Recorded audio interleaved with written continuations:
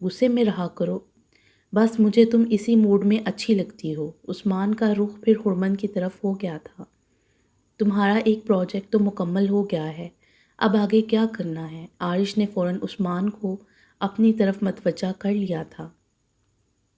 Offers کافی آ رہی ہیں، brand ambassador کے لیے چند ایک آفر مجھے پرکشش لگ رہی ہیں، کیونکہ ان کے برانڈز کی پبلسٹی پرنٹ اور الیکٹرانک دونوں میڈیا میں ہوں گی۔ عثمان، سوچ سمجھ کر قدم آگے بڑھانا، اس فیلڈ میں زیادہ آگے جانے کی ضرورت نہیں ہے۔ حرمن کی تاکید پر عثمان خاموش رہا تھا، مگر منزہ بول اٹھی تھی۔ بالکل آگے بڑھنا، دولت اور شہرت کسے پسند نہیں ہوتی؟ یہ دونوں چیزیں بھی اچھے بھلے انسان کا دماغ خراب کر دیتی ہیں، حرمن نے کہا تھا۔ تمہارا کیا خیال ہے بیلا؟ عارش نے پوچھا تھا۔ مجھے اس پر پورا بھروسہ ہے، یہ جو بھی قدم اٹھائے گا سوچ سمجھ کر ہی اٹھائے گا، اور پھر اسے بہتر مشورہ دینے کے لیے تم بھی تو ساتھ ہوگے۔ بیلا نے سنجیدہ مسکراہٹ کے ساتھ عارش کو دیکھا تھا۔ عثمان، تمہاری قسمت بہت شاندار ہے، ورنہ معاف کرنا، تمہاری حرکتیں ایسی بالکل نہیں تھیں کہ ایسی فرما بردار بیوی تمہیں ملتی، منزہ نخوت سے بولی تھی۔ اللہ کا شکر، اسی لیے تو میں ادا کرتا ہوں، ورنہ تمہارے جیسی ہی ملتی، عثمان فوراً ہی بولا تھا۔ عارش، کم از کم تم ہی میری فیور میں زبان کھول لو، سب کے سامنے۔ سب کے مسکرانے پر منزہ نے تپ کر کہا تھا۔ تمہیں میرا کتنا خیال ہے جو میں تمہاری فیور میں بولوں؟ کب سے التجائیں کر رہا ہوں، انسٹیٹیوٹ جوائن کر لو، مجھے وہاں ضرورت ہے تمہاری۔ عارش کو موقع مل گیا تھا۔ مجھے نہیں کرنی تمہاری خشک جاب، منزہ بیزاری سے بولی تھی۔ ٹھیک ہے، پھر آج ہی تمہارے ابا حضور کو فون کر کہتا ہوں، ڈھونڈ لیں گے وہیں سرگودا میں کسی احمق کو تمہارے لیے، عارش نے دھمکی دی تھی۔ حرمن، دیکھو یہ کیا بولے جا رہا ہے، منزہ جلا کر بولی تھی۔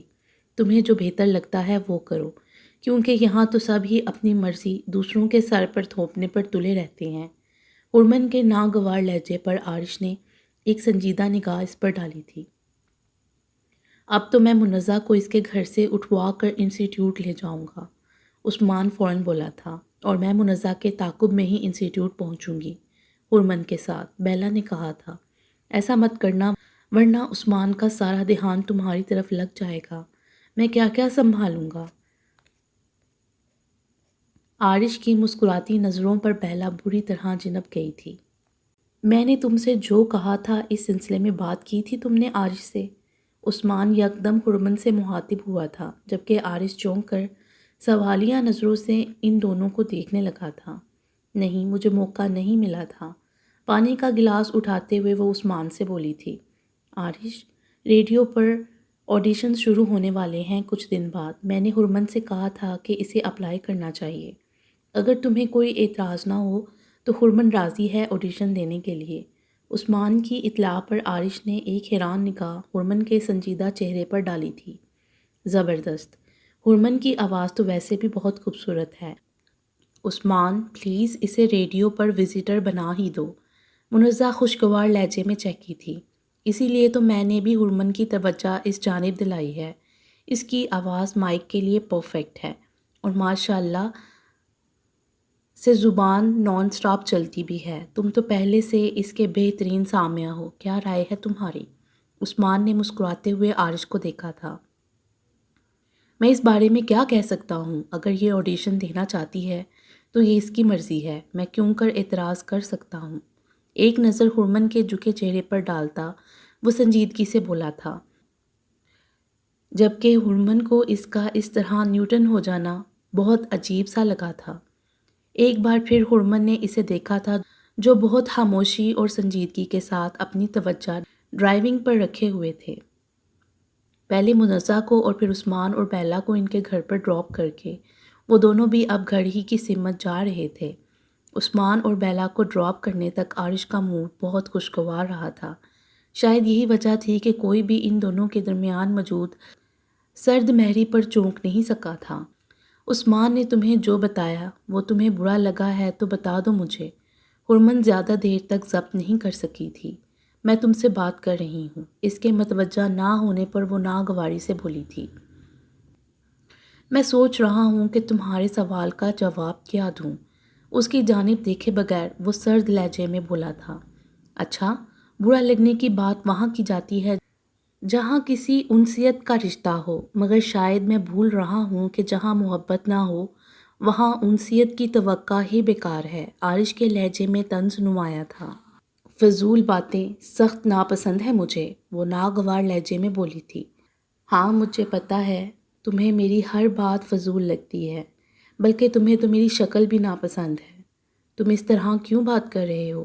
میں بس صبر کر رہا ہوں، وہ سرد لہجے میں بولا تھا۔ تم مجھے بتانا پسند کرو گے کہ تم کس چیز کے لیے صبر کر رہے ہو؟ تم اچھی طرح جانتی ہو عارش، مجھے بار بار یہ احساس مت دلاؤ کہ میں وہ عورت نہیں ہوں جسے تمہاری زندگی میں ہونا چاہیے تھا۔ اس کے تیز لہجے پر عارش نے اس کے سرخ چہرے کو دیکھا تھا جو لب بھینچے باہر دوڑتے مناظر کی طرف متوجہ ہو گئی تھی۔ کمرے میں داخل ہو کر عارش نے ایک نگاہ اس پر ڈالی تھی جو جائے نماز پر دعا مانگنے میں مصروف تھی۔ گہری سانس لیتا وہ قد آدم سائز کی ونڈوز کی جانب بڑھ گیا تھا۔ نماز سے زیادہ طویل تمہاری دعائیں ہوتی ہیں، آخر اللہ سے کیا کچھ مانگتی ہو؟ جائے نماز طے کرتے ہوئے اسے عارش کی آواز سنائی دی تھی۔ یہی دعا مانگتی ہوں کہ تمہاری محبت کی رمق میرے دل میں وہ پیدا کر دے یا پھر مجھے تم سے ہی نجات دے ڈالے۔ بگڑتے تیوروں کے ساتھ بولتی وہ بیک گراؤنڈ سے پشت لگا کر بیٹھ گئی تھی، جبکہ عارش بامشکل مسکراہٹ چھپا سکا تھا۔ مجھے اس وقت شدید نیند آ رہی ہے، چائے کافی کی فرمائش مت کرنا، جاؤ یہاں سے اب۔ کڑی نظروں سے اسے دیکھتی وہ بولی تھی جو انسنی کیے سامنے براجمان ہو گیا تھا۔ تمہیں یہ کیوں لگتا ہے کہ میں رات کے اس وقت صرف چائے کافی کی طلب میں ہی تمہارے پاس آ سکتا ہوں؟ اس کے سنجیدہ لہجے پر ہرمن نے اس کی آنکھوں میں دیکھا تھا جہاں شرارتی مسکراہٹ پھیلی ہوئی تھی۔ اندازہ لگانے کی کوشش کرو مجھے پر کتنا ظلم کرتی ہو تم۔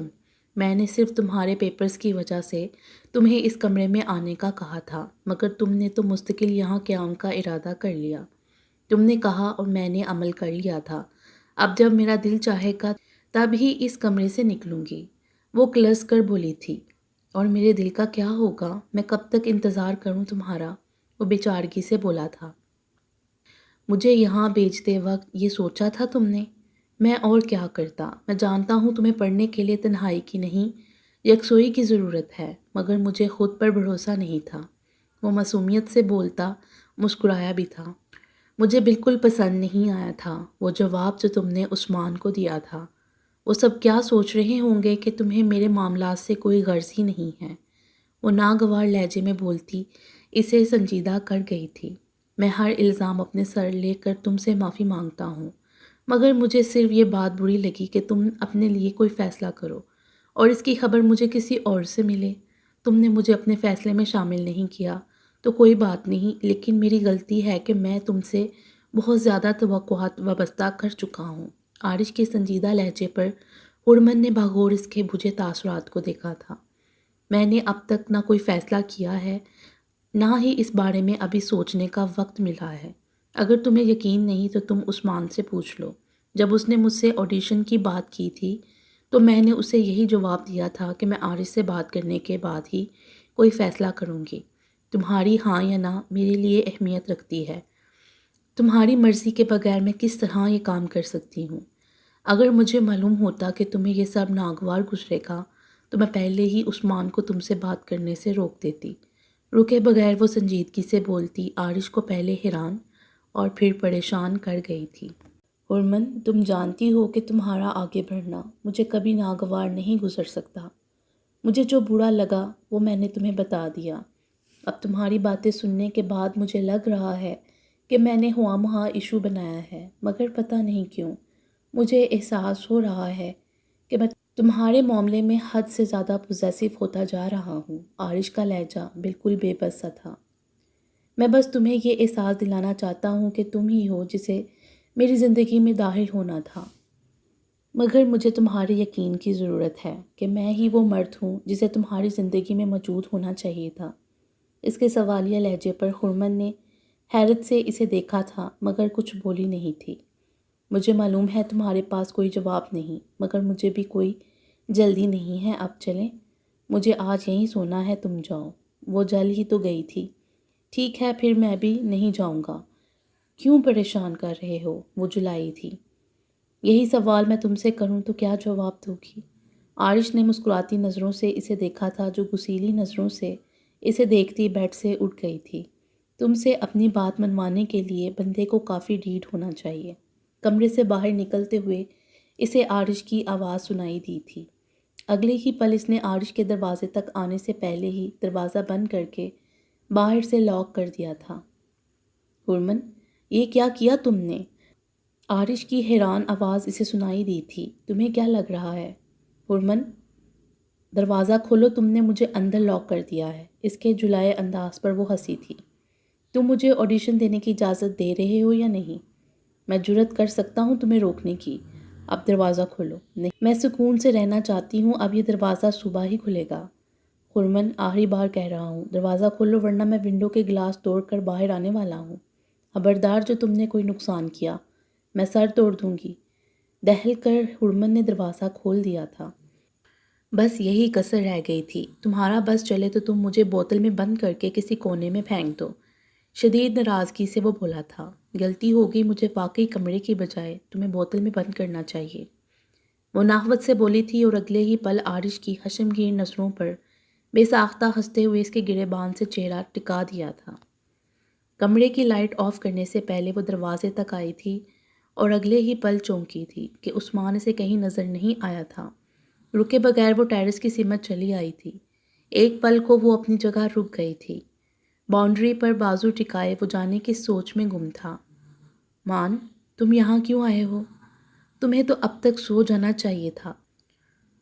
صبح جلدی جو اٹھنا ہے، ہلکے پھلکے لہجے میں بولتی وہ اس کے قریب آئی تھی۔ دوسری جانب عثمان بس خاموشی سے اسے دیکھ رہا تھا۔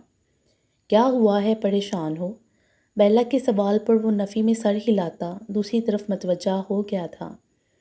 انکل اور آنٹی کے بارے میں سوچ رہا ہوں۔ بیلا نے باغور سے دیکھا تھا، جو خاموش ہی تھا۔ تم انکل سے بات کرنے کی کوشش، تمہیں کیا لگتا ہے کہ میں نے کوشش نہیں کی ہوگی؟ عثمان نے تلخی سے اس کی بات کاٹی تھی۔ وہ دونوں خوش ہیں اپنے بیٹے کے پاس۔ بہت بھیانک گناہ کر چکا ہوں میں، اس لیے میں ان کے لیے مر چکا ہوں۔ انہیں کوئی فرق نہیں پڑتا کہ میں ان کے لیے تڑپ رہا ہوں یا نہیں۔ اس کے سلگتے لہجے پر بیلا کچھ بول نہیں سکی تھی۔ یک دم اسے اپنا آپ مجرم سا لگنے لگا تھا۔ فرحان سے بات ہوئی تمہاری؟ چند لمحوں بعد عثمان نے خاموشی توڑی تھی۔ شاید وہ کل یہاں آئے۔ آج صبح کال تو کی تھی اس نے، وہ مدھم لہجے میں بولی تھی۔ آپ ہی کے بارے میں پوچھا تھا اس نے، وہ مزید بولا تھا۔ وہ تو ہر بار یہی کہتا ہے کہ گھر میں سب ٹھیک ہے، اور یہ بھی کہ بھابھی اپنے شوہر کی اجازت کے بغیر مجھ سے یا تم سے کوئی رابطہ نہیں رکھیں گی۔ اس کی جانب دیکھے بغیر وہ بولی تھی۔ وہاں کچھ ٹھیک نہیں ہے، کیا میں جانتا نہیں ہوں اس آدمی کو؟ اگر میری بہن کو اس شخص کی وجہ سے کوئی بھی نقصان پہنچا تو زمین آسمان ایک کر دوں گا۔ اس کے بگڑتے لہجے پر بیلا کو سانپ سونگھ گیا تھا۔ اور تم غور سے سن لو، آپ ہی کا فون آف ہے۔ ان کی یا بچوں کی محبت میں تم ہرگز بھی گھر کے نمبر پر فون نہیں کرو گی۔ میں یہ برداشت کر ہی نہیں سکتا کہ وہ شخص انجانے میں بھی تمہاری آواز سنے۔ اس کے لہجے میں بڑھتے اشتعال نے بیلا کی سانسیں روک دی تھیں۔ غصہ مت کرو مان، اس سے کچھ حاصل نہیں ہوگا، اندر چلو، بہت رات ہو چکی ہے۔ کچھ سہمے انداز میں اسے شانت رکھنے کی کوشش کرتے ہوئے بیلا نے اس کا بازو تھام لیا تھا، جبکہ عثمان خاموشی سے اس کی تلقین میں آگے بڑھ گیا تھا۔ میٹرس پر تکیہ درست کرتے ہوئے بیلا نے اسے دیکھا تھا، جو ٹیرس کا دروازہ بند کر رہا تھا۔ اگر ہو سکے تو کچھ دیر رک جاؤ، مجھے ابھی نیند نہیں آ رہی۔ عثمان کی آواز پر وہ رکی تھی، اور پھر اس کے بے حد سنجیدہ چہرے سے نظریں ہٹاتی میٹرس کے کنارے آ بیٹھی تھی۔ مجھے بلا کر خود سونے کی تیاری کر رہے ہو؟ کچھ جگتے ہوئے بیلا نے اسے مخاطب کیا تھا، جو اس کی گود میں سر رکھ کر دراز ہو گیا تھا۔ خود کو پریشان مت کرو مان، تم ہی سے تو مجھے ہمت ملتی ہے۔ بوجھل ہوتے دل کے ساتھ بیلا نے اس کے بالوں کو چھوا تھا۔ انکل آنٹی تم سے زیادہ عرصہ تک ناراض نہیں رہ سکیں گے۔ تم اس طرح ڈسٹرب ہوگے تو میں خود سے نظر نہیں ملا سکوں گی۔ بیلا کا لہجہ نرم ہوا تھا۔ ایسا مت سوچو میں دوبارہ یہ سب تم سے نہ سنوں، تنبیہی لہجے میں عثمان نے کہا تھا، اور پھر اس کا ہاتھ اپنے سر سے ہٹا کر ہونٹوں سے لگا لیا تھا۔ تم اسی طرح میرے بالوں سے کھیلتی رہو، مجھے بہت سکون مل رہا ہے۔ اس کا ہاتھ واپس اپنے سر تک لے جاتا وہ بولا تھا، پھر تو تم سو جاؤ گے، میری گود میں سر رکھے، میں کیا کروں گی؟ اس کے بالوں میں نرم انگلیاں پھیرتی وہ مسکرائی تھی۔ تمہارے لیے اس وقت یہی بہتر ہے کہ تم مجھے سلا کر خود سونے جاؤ، ورنہ میرا جاگنا آج تمہیں بہت مہنگا پڑ سکتا ہے۔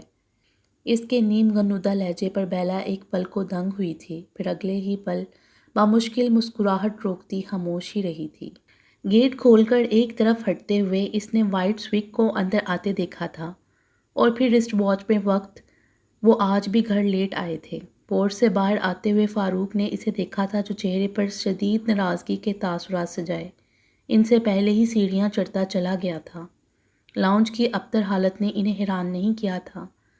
فاریہ اپنی کتابیں پھیلائے ہوم ورک کرنے میں مصروف تھی، جبکہ فائز داڑے مار مار کر روتا کارپیٹ پر لوٹ پوٹ ہو رہا تھا۔ کیا ہوا ہے اسے؟ فائز کو اٹھاتے ہوئے انہوں نے بیٹی سے پوچھا تھا۔ اسے بھائی نے مارا ہے اور مجھے بھی مارا تھا، فاریہ نے فوراً شکایت کی تھی۔ اپنا منہ بند کرو تم، فرحان نے غصیلی نظروں سے بہن کو دیکھا تھا۔ پاپا اس نے ممی کو بھی رلایا ہے، یہ ان پر چیخ رہا تھا، اس نے کھانا بھی پھینک دیا تھا، فاریہ نے مزید شکایت کی تھی۔ کیا مسئلہ ہے تمہارے ساتھ؟ فاروق سے ناگوار لہجے پر فرحان نے انہیں دیکھا تھا۔ میں تنگ آ گیا ہوں سب کچھ سنبھالتے سنبھالتے، ممی کی طبیعت آج بہت خراب ہے، وہ بیڈ سے اٹھ بھی نہیں سکتی، نہ وہ کچھ کھاتی ہیں نہ ڈاکٹر کے پاس جانے کے لیے راضی ہوتی ہیں، اوپر سے ان دونوں نے مجھے پریشان کر کے رکھ دیا۔ میں آپ کو کال کرتا رہا مگر آپ نے میری کال ریسیو نہیں کی۔ اگر ممی کو کچھ ہو جاتا تو؟ کچھ نہیں ہوا اسے صرف اپنے بھائی کا غم لگا ہے، فاروق نے ناگواری سے اس کی بات کاٹی تھی۔ ممی آپ کی وجہ سے بیمار ہوئی ہیں، آپ چاہتے ہیں کہ وہ گھٹ گھٹ کر مر جائیں؟ بکواس مت کرو، دفع ہو جاؤ میری نظروں کے سامنے سے۔ تیش بڑی نظروں سے فاروق نے اسے دیکھا تھا جو تیز قدموں کے ساتھ وہاں سے جا رہا تھا۔ فائز کا رونا بند کروانے کے لیے انہیں کچھ دیر تک اسے بہلانا پڑا تھا، اس کے بعد وہ کمرے کی سمت چلے گئے تھے۔ بیڈ پر عروسہ بے سدھ ہی نظر آئی تھیں، گمسم اور بیمار وہ پہلے سے تھی، مگر اس وقت ان کے لٹھے کی مانند سفید چہرے نے فاروق کو پہلی بار تشویش میں مبتلا کیا تھا۔ اس رات انہوں نے جو کچھ عروسہ سے کہا تھا اس کے لیے وہ خود کو حق بجانب سمجھتے تھے۔ اگر وہ عروسہ سے بات چیت بند کر چکے تھے یا ان سے ہر تعلق ختم کر چکے تھے تو فاروق ان کو اس سب کا مستحق سمجھتے تھے۔ وہ ٹوٹ چکے تھے، اس کے ذمہ دار وہ عروسہ کو ٹھہرا چکے تھے، اس کا رد عمل بھی وہ اب دیکھ رہے تھے۔ فاروق کے قطع تعلق کے باوجود عروسہ نے گھر کی ذمہ داریوں سے یا فاروق کی ضرورتوں سے ہاتھ نہیں کھینچا تھا، وہ پہلے کی طرح ہی سارے کام سر انجام دے رہی تھیں، مگر پارلر کو انہوں نے مکفل کر دیا تھا، وہ بالکل خاموش ہو گئی تھیں۔ ان کی کوشش یہی ہوتی تھی کہ فاروق کے سامنے وہ موجود نہ ہوں۔ ان کی دن بدن گرتی صحت سے فاروق انجان نہیں تھے، مگر کسی بھی طرح وہ اپنا دل ان کے لیے نرم نہیں کر سکتے تھے۔ انہیں پتہ ہی نہیں چلا کہ کب گھر کی حالت اور نظام بگڑتا چلا گیا اور عروسہ بیڈ کی ہو کر رہ گئی۔ فاروق کو کمرے میں ان کی موجودگی کا احساس تک نہیں ہوتا تھا، یا پھر سچ یہ تھا کہ وہ ان کے وجود سے ہی غافل ہو گئے تھے۔ عروسہ اور ان کے درمیان موجود تناؤ اور بے تعلقی نے بچوں پر بھی برا اثر ڈالنا شروع کر دیا تھا۔ وہ دیکھ رہے تھے کہ فرحان سمجھدار تھا، عروسہ کے لیے بہت زیادہ حساس تھا، فاروق سے زیادہ وہ ان کے قریب تھا۔ صورتحال جو بھی ہو، فرحان نے ہمیشہ ماں کا ہی ساتھ دینا تھا۔ شروع سے ہی بچوں کے معاملات میں عروسہ ہی انوالو رہی تھیں، گھر کے بھی سارے انتظامات بخوبی وہی سنبھالتی آ رہی تھیں۔ فاروق پر انہوں نے گھر کی ذمہ داریوں کا بوجھ نہیں ڈالا تھا، مگر اب سارے نظام جیسے بگڑ گئے تھے۔ سب سے زیادہ ڈسٹرب فرحان ہو رہا تھا، یہ اب نظر بھی آنے لگا تھا۔ چینج کرنے کے بعد جب وہ واش روم سے باہر آئے تو عروسہ بیڈ پر موجود نہیں تھیں، لاؤنج میں دونوں بچے بھی نہیں تھے۔ لاؤنج عبور کرتے وہ ہال میں آئے تھے جہاں ڈائننگ ٹیبل کے گرد بچے موجود تھے۔ ایک نظر انہوں نے کچن سے نکلتی عروسہ کو دیکھا تھا جن کے چہرے سے نکاہٹ ٹپک رہی تھی، وہ بہت کمزور اور لاغر دکھائی دے رہی تھیں۔ فاروق کو اس وقت بالکل بھوک محسوس نہیں ہو رہی تھی، مگر دونوں بچوں کو کھانے پر اپنا منتظر دیکھ کر وہ واپس نہیں پلٹ سکے تھے۔ فاریہ بھائی کو بلایا تھا کھانے کے لیے، پانی کا جگ ٹیبل پر رکھتے ہوئے عروسہ نے مدھم آواز میں بیٹی سے پوچھا تھا۔ اسے بھوک نہیں ہے، وہ نہیں آ رہا، فاریہ نے لاپرواہی سے کہا تھا، جبکہ خاموشی سے اس کی پلیٹ میں کھانا نکالتے ہوئے عروسہ نے انہیں دیکھا تھا جو فائز کو کھانا کھلانے میں مدد دے رہے تھے۔ عروسہ رکی نہیں تھی۔ شدید کمزوری کے باعث ان کے لیے بیٹھنا بھی محال تھا، سو وہ کمرے میں جا کر بس لیٹ جانا چاہتی تھیں۔ کھانے سے فارغ ہو کر فاروق نے خود ٹیبل پر سے سب کچھ سمیٹا تھا اور پھر کچھ سوچ کر فرحان کے کمرے کی طرف چلے گئے تھے۔ کمرے میں داخل ہو کر وہ بری طرح چونکے تھے۔ فرحان اٹھ کر بیٹھ چکا تھا، اس کے چہرے سے اندازہ لگانا مشکل نہیں تھا کہ وہ رو رہا ہے۔ تمہیں یہ لگتا ہے کہ تمہاری ماں کی جان کا دشمن ہوں؟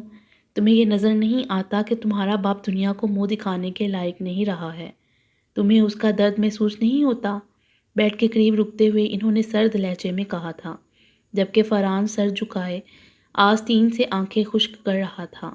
کیا ہوا تھا آج؟ گہری سانس لیتے وہ کچھ فاصلے پر بیٹھ گئے تھے۔ میں گھر میں قید ہو کر رہ گیا ہوں، ٹھیک سے پڑھ بھی نہیں سکتا۔ فائز اور فاریہ کے کام بھی مجھے کرنے پڑتے ہیں کیونکہ ممی کی طبیعت خراب سے خراب ہوتی جا رہی ہے۔ آج بھی اگر میں نہ ہوتا تو وہ کچن میں گر جاتی۔ میں ان سے کہہ کر تھک گیا ہوں مگر وہ ایک ٹیبلٹ تک نہیں لیتی۔ انہوں نے کل سے کچھ نہیں کھایا۔ آج بھی میں نے ان کو کھانا کھلانے کی کوشش کی تو انہوں نے منع کر دیا۔ غصے میں نے پلیٹ پھینک دی اور انہوں نے رونا شروع کر دیا۔ میں تنگ آ گیا ہوں ماموں اور نانو سے جھوٹ بولتے بولتے کہ یہاں سب ٹھیک ہے اور ممی بھی، جبکہ ایسا نہیں ہے۔ روحان سے لہجے میں فرحان پھٹ پڑا تھا۔ پاپا، مجھے آپ کی تکلیف کا احساس ہے مگر ممی کا اس سب میں کوئی قصور نہیں ہے۔ آپ ماموں اور آپوں کی سزا ممی کو مت دیں۔ میں آپ کو اور ممی کو اس طرح نہیں دیکھ سکتا۔ آپ ان سے بات نہیں کرتے، ان کی پرواہ بھی نہیں کرتے۔ ایسا کرنے سے سب کچھ پہلے جیسا نہیں ہو جائے گا۔ جن کو جانا تھا وہ تو چلے گئے، وہ خوش بھی ہیں۔ پھر ہم سب کو کیوں عذاب میں ڈالا جا رہا ہے؟ یہ سوال تم اپنی ماں سے پوچھو۔ تم نے ٹھیک کہا، واقعی سب کچھ پہلے جیسا نہیں ہو سکتا، نہ ہی تمہاری ماں کا وہ درجہ جو پہلے میری نظر میں تھا۔ فاروق نے غصیلے لہجے میں اس کی بات کاٹی تھی۔ ٹھیک ہے، جب آپ میری ماں کو کوئی درجہ نہیں دے سکتے تو میں ان کو اپنے ساتھ لے کر نانوں کے گھر چلا جاتا ہوں، اور میں ایسا ہی کروں گا۔ آپ کو ان کی ضرورت نہیں رہی ہے، اس گھر کو سنبھالنے کے لیے آپ دوسری شادی کر لیں۔ فرحان کے بگڑے لہجے سے زیادہ اس کی باتوں نے فاروق کو دھنگ کیا تھا۔ دماغ درست ہے تمہارا؟ کیا اول فول بک رہے ہو؟ اپنے باپ کو دوسری شادی کا مشورہ دے رہے ہو؟ غصیلے لہجے میں فاروق اس پر برسے تھے۔ تو پھر میں اکیلا ہی نانوں کے گھر میں شفٹ ہو جاتا ہوں، ورنہ یہاں میرا دم گھٹ جائے گا۔ میں اب اور آپ کے گھر اور بیوی بچوں کو نہیں سنبھال سکتا۔ ان کی جانب دیکھے بغیر وہ ہٹیلے انداز میں بولتا بیڈ سے اترا تھا اور واش روم میں جا کر بند ہو گیا تھا۔ ٹیرس پر مدھم ہوا کے جھونکوں کے ساتھ کبوتروں کی گٹرگو کرتی آوازیں بھی کسی موسیقی کی طرح سنائی دے رہی تھیں۔ وہ سب کے سب بہت شانت تھے اور اپنا دانہ پانی چگنے میں مگن تھے۔ چاند کی تیز روشنی رات کی تاریکی کو پردے ہٹا گئی تھی۔ اس پرسکون ماحول میں وہ بھی ٹیرس کے جنگلے سے پشت ٹکائے ٹھنڈے چکنے فرش پر بیٹھی ہوئی تھی۔ گرفت میں موجود ایک کبوتروں کے پروں کو سہلاتی وہ بالکل بھی اس کی موجودگی سے واقف نہیں ہو سکی تھی، جو اس کے سفید براق دوپٹے میں قید پاکیزہ چہرے پر پھیلی خوبصورت دلکش مسکراہٹ کو دیکھتا ٹھٹک کر اپنی جگہ رک گیا تھا۔ اتنے پرسکون اور سحر انگیز ماحول میں یکدم پھڑپھڑاتے پروں نے ارتعاش پیدا کر دیا تھا۔ ارمن بری طرح چونکی تھی اور اگلے ہی پل دہل کر اٹھتی آرش کی سمت بھاگی تھی، جس کے چہرے پر کبوتر نے حملہ کر دیا تھا۔ زیادہ تو نہیں لگا، دکھاؤ مجھے۔ گھبرا کر اس کا ہاتھ الگ کرتے ہوئے خرمن نے اس کے آنکھ کا جائزہ لیا تھا، جس پر کبوتروں کا پر لگ کر تکلیف پہنچا گیا تھا۔ اس جنگلی کے تو پر ہی اکھیڑ ڈالوں گی اب۔ دوپٹے سے اس کی آنکھ سہلاتے ہوئے خرمن نے غصیلی نظروں سے اس کبوتر کو دیکھا تھا جو حملے کے بعد اب پنجرے کے اوپر منڈلا رہا تھا۔ تمہارے کبوتر بھی تمہاری طرح ہیں، مجھے قریب برداشت کر ہی نہیں سکتے۔ ناراضگی سے آرش نے اس کے ہاتھ اپنے چہرے سے ہٹا دیا تھا، جبکہ خرمن بمشکل مسکراہٹ چھپا سکی تھی۔ اتنی دیر تک کیا بات کر رہے تھے امی سے؟ ضرور میری شکایتیں کر رہے ہوگے، وہ نحوت سے بولی تھی۔ اتنا تنگ کرتی ہو تم مجھے اور چاہتی ہو کہ میں کسی سے شکایت بھی نہ کروں، وہ بولا تھا اور اگلے ہی پل اس کی ناگوار نظروں پر مسکرایا تھا۔ کیا غلط کہہ رہا ہوں میں؟ سارا دن گزارنے کے بعد یہ وقت مجھے ملتا ہے تمہارے ساتھ رہنے کا، مگر تم اس میں بھی کبوتروں کو مجھ پر ترجیح دیتی ہو۔ یہ میرے رقیب بنتے جا رہے ہیں۔ عارش، تم وقت پر سو جایا کرو، زیادہ دیر جاگنے کے بعد تم ایسی ہی بہکی بہکی باتیں کرتے ہو۔ حشمگیر نظروں سے ہرمن نے اسے دیکھا تھا۔ یہ تم بالکل ٹھیک کہہ رہی ہو، ان کبوتروں سے رخصت لے کر تم آؤ جلدی، مجھے تم سے بات کرنی ہے۔ کیا بات کرنی ہے؟ پنجرے کا دروازہ کھولتی وہ چونکی تھی۔ وہ میں یہاں نہیں کر سکتا، تم ذرا جلدی آ جاؤ۔ اس کی مشکوک نظروں پر وہ مسکراہٹ چھپائے جاتے جاتے رکا تھا۔ اس طرح کیوں دیکھ رہے ہو؟ مجھے واقعی تم سے بات کرنی ہے۔ اگر میں کوئی غلط بیانی کر رہا ہوں تو کل اچانک عام تعطیل ہو جائے اور میں گھر میں سارا وقت تمہارے زیر سایہ رہوں۔ بولتے ہوئے وہ دھیرے سے ہنستا ٹیرس سے نکل گیا تھا۔ ہرمن بس اسے دیکھ کر رہ گئی تھی۔ میگزین سے نظر ہٹا کر وہ ہرمن کی طرف متوجہ ہوا تھا، جو ایک نگاہ اس پر ڈالتی ڈریسنگ کی سمت چلی گئی تھی۔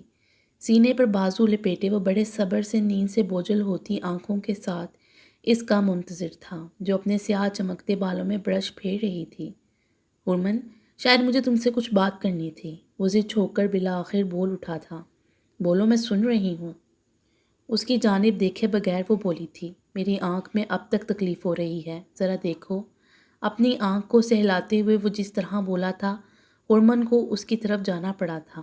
کچھ نہیں ہوا تمہاری آنکھ کو، نیند سے سرخ ہو رہی ہے، سو جاؤ۔ ڈپٹنے والے انداز میں بولتی وہ اٹھ ہی رہی تھی کہ عارش نے سرایت سے اس کا ہاتھ تھام کر روکا تھا۔ پر کاٹ کر اڑنے کی اجازت دیتی ہو؟ سو جانے کے لیے مجھے نیند سے زیادہ تمہاری ضرورت ہے، کیا تم نہیں جانتی؟ گمبھیر لہجے میں بولتا وہ اس کے قریب ہوا تھا۔ کیا بات کرنی تھی تمہیں؟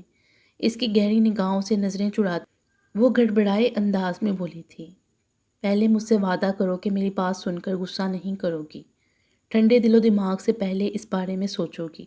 اس کے سنجیدہ لہجے پر ہرمن نے الجھ کر اسے دیکھا تھا، جو اس کی پیشانی پر مدھم ہوا سے بکھرے تراش شدہ بالوں کو دھیرے سے سمیٹتا اس کی آنکھوں میں دیکھ رہا تھا۔ منزہ تمہیں اپنے گھر کھانے پر انوائٹ کرنا چاہتی ہے، اور صرف وہی نہیں، مامی کی بھی یہی خواہش ہے۔ مصطفیٰ ماموں نے بھی ان کو فون پر یہ تاکید کی تھی کہ وہ تمہیں اور مجھے گھر پر انوائٹ کریں۔ سنبھل کر بولتا وہ بغور اس کے تاثرات بھی نوٹ کر رہا تھا، جو کہ اسپاٹ ہی تھے۔ میں تمہیں کبھی اپنے خاندان کے کسی فرد کے سامنے جھکانے کا ارادہ نہیں رکھتا، ایسا ہو بھی نہیں سکتا، مگر جو لوگ ہمیں محبت اور عزت سے دیکھتے ہیں، ان کا دل توڑنا تو جائز نہیں ہے۔ تم اس گھر میں صرف میری بیوی کی حیثیت سے نہیں جاؤ گی، بلکہ اس اعزاز سے بھی کہ تم ماموں جان کی اولاد ہو، بیٹی ہو ان کی۔ مگر ان سب نے صرف تمہارے لیے، صرف تمہاری بیوی کی حیثیت سے مجھے قبول کیا ہے، بابا سے کسی تعلق کی بنا پر نہیں، وہ سرد لہجے میں بولی تھی۔ مصطفیٰ ماموں اور ان کے گھر کا ہر فرد تمہیں ماموں جان کے حوالے سے پہلے ہی قبول کر چکا ہے ہرمن۔ اگر وہ اقرار نہیں کرتے تو اس سے حقیقت بدل نہیں جائے گی۔ عارش کے نرم لہجے پہ وہ بس خاموشی سے اسے دیکھتی رہی تھی۔ میں جانتا ہوں تمہارے لیے بہت کٹھن ہے اس گھر میں قدم رکھنا، مگر وہاں منزہ ہے، جو دل و جان سے منتظر ہے تمہاری۔ صرف ایک بار منزہ کی خاطر، اس کی خوشی کے لیے انویٹیشن قبول کر لو۔ میں تمہیں وہاں جانے کے لیے مجبور بالکل نہیں کروں گا، مگر میں چاہوں گا کہ تم اس بارے میں سوچو اور پھر فیصلہ کرو۔ عارش کے سنجیدہ لہجے پر ہرمن نے ایک گہری سانس لے کر اسے دیکھا تھا۔ منزہ نے تم سے کب بات کی تھی؟ آج ہی کال کی تھی اس نے۔ وہ چاہ رہی تھی کہ پہلے میں تم سے بات کروں۔ براہ راست وہ اس سلسلے میں تم سے بات کرنے سے ہچکچا رہی تھی۔ اگر تم انکار کرو گی تو وہ مامی کو روک دے گی، وہ تمہیں کال کریں گی یا ہو سکتا ہے دعوت دینے منزہ کے ساتھ یہاں آ جائیں۔ اب اتنے تکلف کی ضرورت بھی نہیں ہے، وہ بڑی ہو کر مجھے دعوت دینے چل کر آئیں گی۔ منزہ نے تمہیں کہہ دیا، کافی ہے، تم اب ان سے کچھ مت کہنا، میں خود صبح اسے کال کر لوں گی، یہ بھی پوچھ لوں گی کہ کب جا کر حاضری دینی ہے۔ اس کے حوص زدہ لہجے پر عارش ایک پل کو بے یقین ہوا تھا۔ مجھے سمجھ نہیں آ رہا کہ میں تمہارا شکریہ کیسے ادا کروں، تم نے ثابت کر دیا ہے کہ تمہارا دل کتنا خوبصورت ہے۔ تشکر امیز نظروں سے عارش نے اسے دیکھا تھا، جو اپنا ہاتھ اس کی گرفت سے نکالتی اٹھ گئی تھی۔ اگر آج تم اپنے بالوں کو زیادہ وقت نہیں دو گی تو ان کی خوبصورتی میں فرق نہیں آئے گا۔ کروٹ بدلتے ہوئے عارش نے ضد ہو کر اسے دیکھا تھا جو پھر آئینے کے سامنے بالوں میں برش پھیرنے میں مگن تھی۔ لائٹ آن رہے گی تو میں ڈسٹرب ہوتا رہوں گا، اس لیے التجا کی تھی۔ ہرمن کے بگڑے تیوروں کے ساتھ متوجہ ہونے پر وہ فوراً بولا تھا، آنکھوں پر تکیہ رکھو اور سو جاؤ، صبح تمہیں آوازیں دے دے کر میری آواز بیٹھ جاتی ہے۔ ہرمن کے اکڑے لہجے پر اس کی مسکراہٹ غائب ہوئی تھی۔ تم ایسا کرو، مجھے نیند کی گولیاں کھلا کر ایک ہی بار جان چھڑوا لو، میں سو سو کر پاگل ہو گیا ہوں، شدید ناراضگی سے بولتا وہ تکیہ چہرے پر رکھ چکا تھا، جبکہ ہرمن حیرت سے اسے دیکھتی دھیرے سے ہنسی تھی۔ ٹی وی اسکرین پر آتے جاتے مناظر پر نظریں جمائے وہ اپنی ہی سوچوں میں گم تھا۔ کبھی سوچ کا رخ عروسہ کی طرف ہو جاتا، کبھی قطع تعلق کر دینے والی عزیز ترین ہستیوں کی جانب۔ بے شک اسے برہان کی مکمل سپورٹ حاصل تھی۔ تسلی اور تشفی کے ساتھ وہ اسے ماں باپ کی طرف سے بھی مطمئن رہنے کی تلقین کرتا رہتا تھا، مگر وہ عروسہ کے ساتھ ساتھ بیلا کی طرف سے بھی بالکل مطمئن نہیں تھا۔ اگر عروسہ اپنے شوہر کی اجازت کے بغیر بیلا سے بھی رابطہ نہیں رکھنا چاہتی تو یہ کوئی معمولی بات نہیں تھی۔ وہ جانتا تھا کہ فرحان اسے سب ٹھیک ہے کہہ کر ٹال رہا ہے، مگر وہ بے خبر نہیں تھا۔ اس نے کئی بار سوچا کہ فرحان سے کہے کہ کبھی کبھی فارا اور فائز کو بیلا کے پاس لے آیا کرے، فاروق سے چھپ کر ہی صحیح، مگر وہ ایسا نہیں کر سکا تھا۔ وہ مزید عروسہ کے لیے اپنی وجہ سے مشکلات پیدا نہیں کرنا چاہتا تھا۔ اسے احساس تھا کہ وہ اور بیلا بہت کوشش کے باوجود نارمل زندگی نہیں گزار پا رہے، کہیں نہ کہیں کمی رہ گئی تھی، مگر کہاں؟ یہ سوچنے پر وہ مجبور ہو جاتا تھا۔ بیلا کچھ کہتی نہیں تھی، مگر وہ جانتا تھا کہ اس کے لیے ایڈجسٹ کرنا دشوار تھا۔ وہ عروسہ سے اور بچوں سے بہت اٹیچ رہی تھی۔ اس کی کیفیت اندر سے کیا ہوگی اس کا اندازہ کبھی کبھی بیلا کے چہرے سے ہی ہو جاتا تھا۔ اگر عروسہ نے صرف بیلا سے ہی کوئی رابطہ رکھا ہوتا تو شاید ان سب سے الگ ہونے کے بعد خوش رہنا اتنا مشکل نہ ہوتا۔ وہ یہ بھی قبول کرتا کہ اس گھر میں بیلا کو لانے کے بعد وہ اسے زیادہ وقت نہیں دے پا رہا، مگر اپنے لیے اور بیلا کے لیے ایک بہتر زندگی حاصل کرنے کے لیے اسے جدوجہد تو کرنی ہی تھی۔ وہ سب کو بتانا چاہتا تھا کہ وہ تنہا اپنے زور بازو پر بیلا کو ایک اچھی زندگی دے سکتا ہے۔ اس معاملے میں وہ برہان کی سپورٹ لینے کے لیے بھی تیار نہیں تھا۔ ٹی وی آف کرنے کے ارادے سے اس نے ریموٹ اٹھایا، تب اس کی نظر بیلا تک گئی تھی جو اپنے کمرے کے کھلے دروازے سے باہر آ رہی تھی۔ بیلا، کیا ہوا ہے؟ کچھ چاہیے تمہیں؟ سوال کرتے ہوئے وہ اپنی جگہ سے اٹھا تھا، مگر وہ بالکل متوجہ نہیں ہوئی تھی۔ حیرانگی کے ساتھ لائٹ آن کرتے ہوئے عثمان نے پھر اسے پکارا تھا، جو بہت دھیمی رفتار سے چل رہی تھی۔ بری طرح چونکتے ہوئے وہ اس کے قریب آیا تھا جو رکی نہیں تھی۔ اس کے خوابدیدہ چہرے اور اد کھلی آنکھوں نے عثمان کو بری طرح دنگ کر دیا تھا۔ اس کے ساتھ ہی چلتے ہوئے وہ اس کے چہرے کو ہی دیکھتا عجیب کیفیت میں مبتلا ہو رہا تھا۔ اندازہ لگانا مشکل نہیں تھا کہ وہ نیند میں چل رہی ہے۔ اپنے شوق میں وہ اسے روکنے کی ہمت بھی نہیں کر سکا تھا، جو بہت گہری نیند میں دکھائی دے رہی تھی۔ اس کے ساتھ وہ بھی بیرونی دروازے تک جا پہنچا تھا۔ وہ اس کی تمام حرکات کو دیکھ رہا تھا، جو بند دروازے پر اس طرح ہاتھ پھیر رہی تھی جیسے اسے کھولنا چاہتی ہو۔ اس دوران وہ کچھ زیر لب بول بھی رہی تھی، مگر اتنی مدھم آواز تھی کہ عثمان کوشش کے باوجود اس کے الفاظ سمجھ نہیں سکا تھا۔ بیلا، تم کیا کر رہی ہو؟ اس کی نیم وار آنکھوں پر نظریں جمائے وہ پوچھ رہا تھا۔ دروازہ کھول رہی ہوں۔ بیلا کی آواز بہت مدھم تھی، مگر وہ بخوبی سن سکتا تھا۔ کیوں؟ عثمان نے ذرا بلند آواز میں پوچھا تھا، مگر جواب ندارد۔ بیلا، کس کے لیے دروازہ کھول رہی ہو؟ مجھے بتاؤ کون آیا ہے؟ چند لمحوں کے توقف کے بعد عثمان نے مزید پوچھا تھا۔ بھائی آئے ہیں۔ اس کی مدھم آواز نے عثمان کو ساکت کر دیا تھا۔ وہ کیوں آئے ہیں؟ وہ بمشکل بول سکا تھا۔ مجھ سے ملنے۔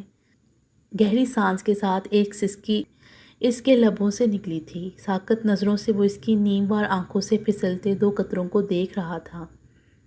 وہ مجھے لینے آئے ہیں، میں ان کے ساتھ جاؤں گی۔ دروازے پر ہاتھ پھیرتی وہ سسکتی آواز میں بڑبڑا رہی تھی۔ وہ صبح آئیں گے یہاں، میں دروازہ کھول دوں گا، تم آؤ میرے ساتھ۔ اس کا ہاتھ تھامتے ہوئے عثمان دروازے سے دور ہوا تھا۔ اس کے بعد وہ کچھ نہیں بولی تھی۔ کسی ڈمی کی طرح وہ تکیے پر سر رکھے نیم وار آنکھوں کے ساتھ اب وہ گہری نیند میں تھی۔ اس پر چادر پھیلاتے ہوئے عثمان کے اعصاب منتشر تھے۔ وہ مکمل سناٹے میں گر چکا تھا۔ جلدی پیشانی پر محسوس ہوتے لمس کے ساتھ اپنے نام کے پکارنے انہیں آنکھیں کھولنے پر مجبور کر دیا تھا۔ خود پر جھکے چہرے نے ان کو وہم میں مبتلا کیا تھا۔ وہ تو ان کے گھر میں پڑی ایک بیکار چیز بن چکی تھی، اس کی ایک نگاہ تک کے قابل نہیں رہی تھی۔ پھر وہ کس طرح ان کی جانب دیکھ رہے تھے، ان کو مخاطب کر رہے تھے۔ تھوڑی سی ہمت کر لو، میں تمہیں ہسپتال لے جاؤں گا۔ ان سے نظریں ملائے بغیر فاروق نے ان کے نہ چاہنے کے باوجود انہیں شانوں سے تھام کر اٹھ کر بیٹھنے میں مدد دی تھی۔ میں ٹھیک ہوں۔ عروسہ کی آواز قرب سے گھٹ گئی تھی۔ تم ٹھیک نہیں ہو، تمہیں علاج کی ضرورت ہے۔ آپ کی نظروں میں بے اعتبار ہونے کے بعد مجھے اب کسی چیز کی ضرورت نہیں ہے۔ مجھ پر ترس مت کھائیں، مجھے وہ سب سزائیں دے جن کی میں حقدار ہوں۔ ان کے شانے سے سر ٹکائے وہ سسک اٹھی تھی۔ ایک نظر فاروق نے دروازے کی جانب دیکھا تھا جہاں فرحان گمسم کھڑا ہوا تھا۔ گاڑی باہر نکالو، میں اسے لے کر آ رہا ہوں۔ ان کی ہدایت پر فرحان پھرتی سے ڈریسنگ سے گاڑی کی چابی اٹھاتا کمرے سے نکل گیا تھا۔ ڈرائیونگ سیٹ سے اترتے ہوئے فرحان کھلے گیٹ سے اندر داخل ہوتا ٹھٹک گیا تھا۔ چادر میں چھپی عروسہ کو شانوں سے تھامے وہ سیڑھیاں اتارتے نیچے آ رہے تھے۔ ممی، میرا خیال ہے کہ اب آپ کو کسی ڈاکٹر کی ضرورت نہیں۔ فرحان نے مسکراتی نظروں سے باپ کو دیکھا تھا، مگر اگلے ہی پل ان کی کڑی نظروں پر اس کی ساری شوخی ہوا ہو گئی تھی۔ گھر سے باہر مت نکلنا، فائز اور فاریہ سو چکے ہیں، خیال رکھنا۔ گاڑی سٹارٹ کرتے ہوئے فاروق نے اسے ہدایت کی تھی، جس پر اس نے زیادہ توجہ نہیں دی تھی۔ اس کے لیے یہ بڑی خوشی تھی کہ اس کے ماں باپ کے تعلقات بہتری کی طرف جا رہے ہیں۔ یقیناً اب عروسہ صحت یاب جلد ہو سکیں گی۔ وہ جانتا تھا کہ یہ سب کچھ بہتر اسی لیے نہیں ہو رہا کہ اس نے فاروق کو کچھ دھمکیاں دی تھیں، بلکہ ایسا صرف اس لیے ہے کہ اس کے ماں باپ کے درمیان محبت کا ایک مضبوط رشتہ بھی ہے جس سے وہ دونوں ہی غافل نہیں رہ سکتے تھے۔ وہ مطمئن ہو چکا تھا کہ اب اسے عثمان سے مزید جھوٹ نہیں بولنا پڑے گا۔ یہاں یقیناً سب کچھ ٹھیک ہونے جا رہا تھا۔ تیز لائٹس میں سب سے زیادہ نمایاں اس کا وجود تھا۔ ہلکے فیروزی رنگ کی سلور امبرائڈری سے لیس شفون کی ساڑی میں اس کا سراپا جگمگا رہا تھا۔ بہت نفاست سے اس نے ساڑی کی فال کو شانے پر سمیٹ رکھا تھا۔ منزہ نے فون پر بہت اصرار کے ساتھ اسے یہ ساڑی زیب تن کرنے کی ہدایت کی تھی۔ میچنگ چوڑیاں پہننے کے بعد اس نے بے دلی سے جویلری پہننی شروع کر دی تھی۔ ڈریسنگ کے قریب آتے ہوئے عارش نے ایک گہری نظر اس کے سجے سورے چہرے پر ڈالی تھی۔ وہ جانتا تھا کہ یہ اہتمام صرف منزہ کے لیے ہو رہا ہے۔ حرمن نے اب تک خاص اس کے لیے کبھی خود کو نہیں سنوارا۔ وہ اس وقت اس کی تعریف کرنا چاہتا تھا، اسے بتانا چاہتا تھا کہ وہ روز اسے اسی طرح ایسے ہی سج دج سے بھرپور دیکھنا چاہتا ہے، لیکن حرمن کے سنجیدہ تاثرات اور غیر معمولی خاموشی نے اسے روکا ہوا تھا۔ چونک کر حرمن نے اسے دیکھا تھا جو نیکلس اس کے ہاتھ سے لیتا مزید قریب ہوا تھا۔ میری مدد لینے میں کوئی حرج نہیں، اس کے محبت سے لبریز لہجے پر اس کی آنکھوں میں نہیں دیکھ سکی تھی، مگر ایک ہاتھ سے باز سمیٹ لیے تھے تاکہ وہ آسانی سے نیکلس کا لاک لگا دے۔ تب ہی اس نے آئینے میں عارش کو اپنے شانے پر جھکے دیکھا تھا۔ اس کی سانس رک گئی تھی جب انگاروں کی طرح دہکتا لمس اس کی شارک پر آن ٹھہرا تھا۔ عقب میں اسے بازوؤں کے مضبوط حصار میں بڑھتے ہوئے عارش کی لو دیتی گرم نگاہیں حرمن کے عکس پر ٹھہر نہیں رہی تھیں، جو سرخ ہوتے چہرے کے ساتھ اس کے حصار سے بس نکل جانا چاہتی تھی۔ پتہ ہے اس وقت میرا دل چاہ رہا ہے کہ میں سب کچھ بھول کر بس تمہیں دیکھتا رہوں، ساری دنیا سے تعلق توڑ کر بس تمہارے ساتھ تمہارے قریب رہوں۔ اس کے جذبات سے مغلوب سرگوشی حرمن کے کان کی لو کو جھلسانے لگی تھی۔ مگر میرا ایسا چاہنے سے کیا ہوتا ہے؟ یہ سب تو یک طرفہ ہے اور جانے کب تک رہے گا۔ گہری سانس ابھرتے ہوئے عارش نے اس کے وجود کے مصور کن مہک کو اپنے دل میں اتارا تھا اور پھر اس کا رخ اپنی جانب کر لیا تھا۔ کسی کے لیے خود پر جبر مت کرو، اگر تمہارا دل نہیں مانتا تو مت جاؤ، میں منزہ کو سمجھا دوں گا۔ بغور عارش نے اس کے مسکارے سے مزید گھنی ہو جانے والی پلکوں کو دیکھا تھا۔ ویسے آپس کی بات ہے، اس وقت میرا دل بھی نہیں مان رہا کہ تمہیں خود سے دور کروں۔ اس کے پرشوق مدم لہجے پر حرمن کی دھڑکنیں بے ترتیب ہوئی تھیں۔ عارش، میں نے منزہ سے وعدہ کیا ہے، آس کاف نہیں لوں گی۔ نظر اٹھائے بغیر وہ تذبذب کے ساتھ بولی تھی۔ یہ وعدہ تم نے مجھ سے پوچھ کر نہیں کیا تھا۔ تم جانتی ہو کہ جو میرا ہے اسے میرے علاوہ کسی کو دیکھنے کا حق نہیں۔ اس کا چہرہ نرمی سے اپنے ہاتھوں میں لیتا وہ باور کروا رہا تھا۔ جواباً وہ بس خاموشی سے اس کی آنکھوں میں دیکھتی رہی تھی۔ اب اگر تم نے وعدہ کر ہی لیا ہے تو میں تمہیں وعدہ خلافی پر مجبور نہیں کروں گا۔ عارش کے سنجیدہ نظریں اس کی پیشانی تک گئی تھیں، جہاں تراش شدہ ریشمی بالوں کے پردے نے اس مغرور ماہ نم کو بہت حد تک چھپا رکھا تھا جس میں عارش کی جان بسی ہوئی تھی۔ مگر صرف آج کے لیے میں برداشت کروں گا، اس کے بعد نہیں۔ بہت سنجیدگی سے اس نے تاکید کی تھی، اور پھر خرمن کے ناگوار تاثرات کو نظر انداز کرتے ہوئے ریشمی پردے کے عقب میں چھپی دودھیائی جنجلائی لٹوں کو چوم لیا تھا۔ باقی انشاءاللہ اگلی ویڈیو میں۔